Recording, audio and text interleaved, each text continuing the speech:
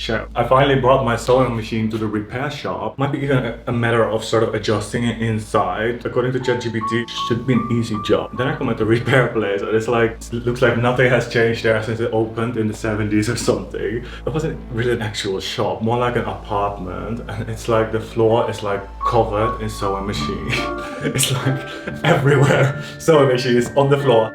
And I like didn't really make the connection until this lady is helping me and she's like So, it's gonna take 6 to 8 weeks. Thousands of tears later. And we can do some other things. We haven't done anything sort of like a self-roasting review video in forever, and I did have some minor fashion surprises, fails, that maybe I can warn you about. Just some little things I need to get off my chest.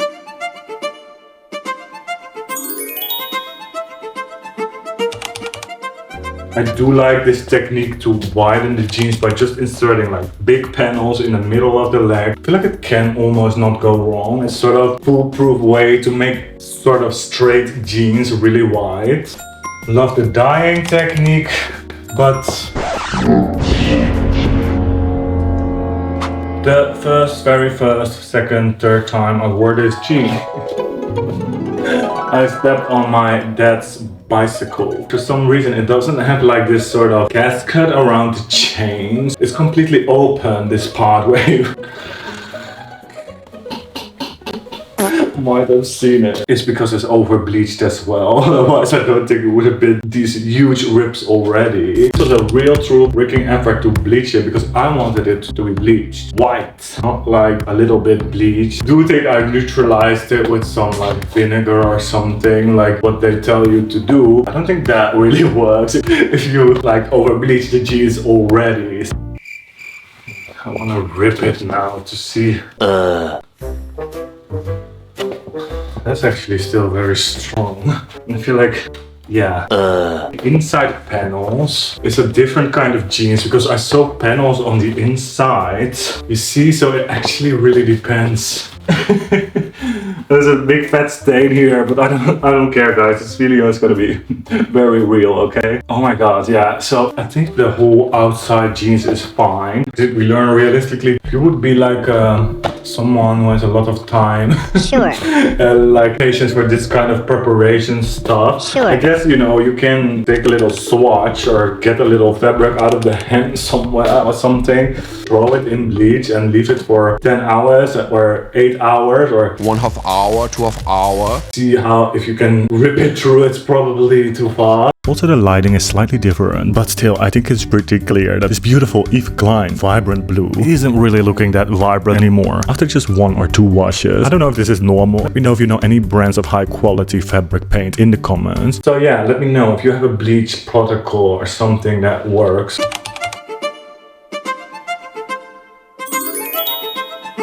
Well, number 2. I feel like this one is also already ages ago, but it is the bleached jumper. Back in the time, I thought bleaching was still the most amazing, easy upcycling hack ever that everyone can do at home without having to buy a whole lot of shizzle. Hello, hey. From the other side.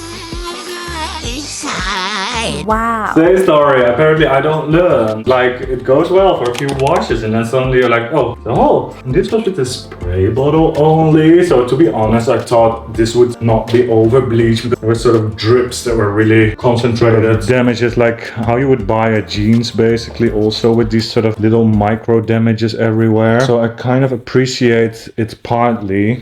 At least it's sort of with these kind of clothes you can just sort of wear it without any worries that's gonna break. Yes!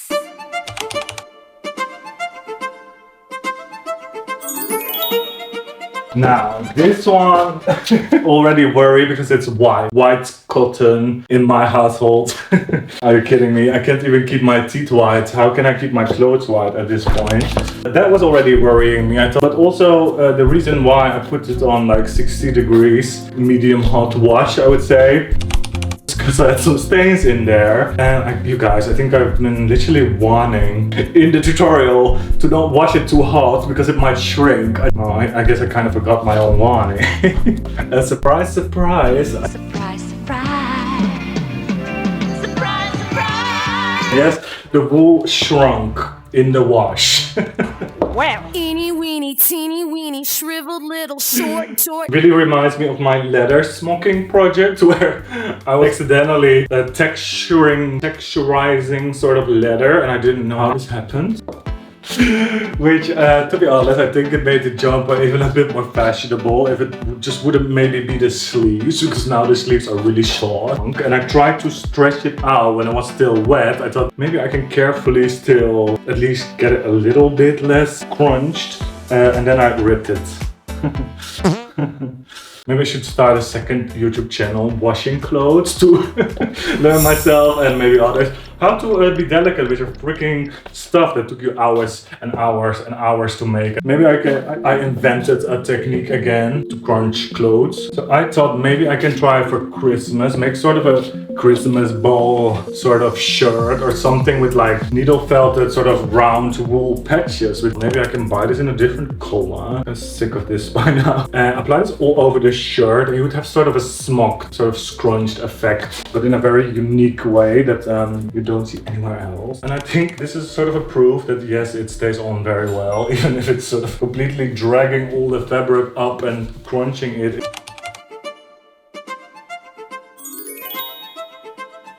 So, to be honest, I don't want to talk about it. This was literally one of those things where probably if I would have slept a night over it, I wouldn't have done it. But sometimes, you know, I just want to start straight away. I'm like, Oh, I just had an amazing idea. in this case, I think I should have put some second thoughts on it. I was sort of, in my mind, making this whole dream of a project, making a disco ball jeans with real glass mirrors. That was just a train wreck. The whole process was just so painful. So much time went into this. Even when you're halfway in the process and think like, okay, this is maybe a really dumb, stupid idea, and you make some second thoughts and maybe you should never start it. There's just no way back. We just want to finish it. This has gone on too long, cost too much. Because the glue didn't loosen, yada yada yada. Also, I think it's very unhealthy to be living in acetone for a week. It's just stuck in my memory now. When I smell this acetone again, I get like disco trauma, basically. Let alone will I ever eat polenta again.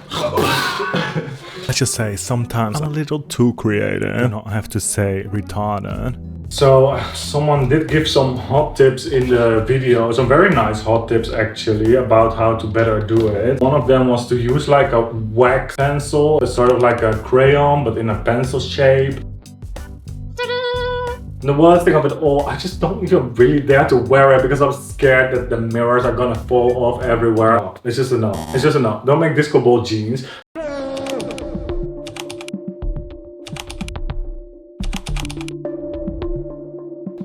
I wanted to say this pants is catching onto everything. Okay, this is not the most practical fabric ever. Well, mostly these rusty sort of nails that are sticking out of this box. Stuck again! Are you kidding me? Oh my god, and they're like straight away like stuck. Oh my god. That's ironic. So, jeez, I need to do some stretching exercises. I swear that was not on purpose. I'm stuck all the time on that thing. But this is, as you may have noticed, the mesh jeans. It's actually one of my favorites. I love the whole shabam bam. Of course, it's not gonna, you know, be something you wanna do the Wim Hof method with. Moral of the story: don't expect to not hang on things when you're wearing a mesh jeans. And I think I used some really nice sort of sewing solutions with the bias tape on the inside. So it's not like perfect, there's always things that can be better. Taking so much time to do the beginning, and then in the end I've been rushing it a little bit. But I feel like I could have probably done some more careful and more hand stitching to make it look a little bit better. Learning point from this jeans being kind of like, don't think Later, I can go back in again and improve it a little bit more. You probably won't. I removed the whole belt loops and the waistband. So I finished the inside with bias tape. I wanted to make it a little bit tighter because this is not really a pants where you easily put a belt. Run an elastic through the bias tape and get it out on the other side by making a little hole. Wow. Shh, shh.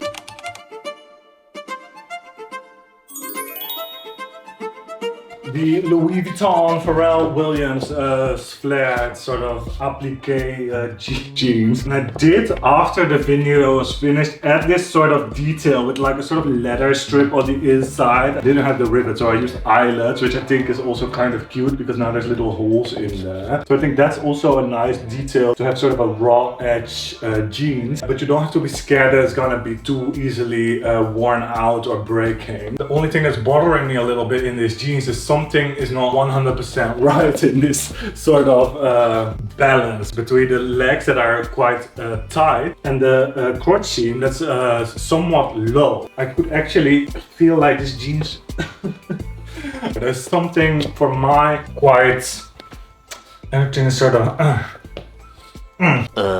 And looking at the images from when it was just finished, I'm actually so confused that my legs got that much bigger, or did the jeans just shrink? But the sort of casual fit that it had is kinda gone, but it was already fitting slightly strange because we made a lot of changes to the fit. Which brings us to, I guess, the last lesson of today. Is to start with a jeans that's fitting kind of how you want in the crotch and around the waist and all that, and just change the legs. It will make your life a lot easier. And I didn't record an outro, so I'll just recycle an old one. Let me know if that was interesting. Thanks so much for watching. Subscribe if you liked the video. Don't forget to watch all the many videos on my channel. Oh yeah, like the video if you liked it. If you want to support it in the algorithm, leave a comment. Thank you so much for watching. Thank you for my Patreons for supporting the channel.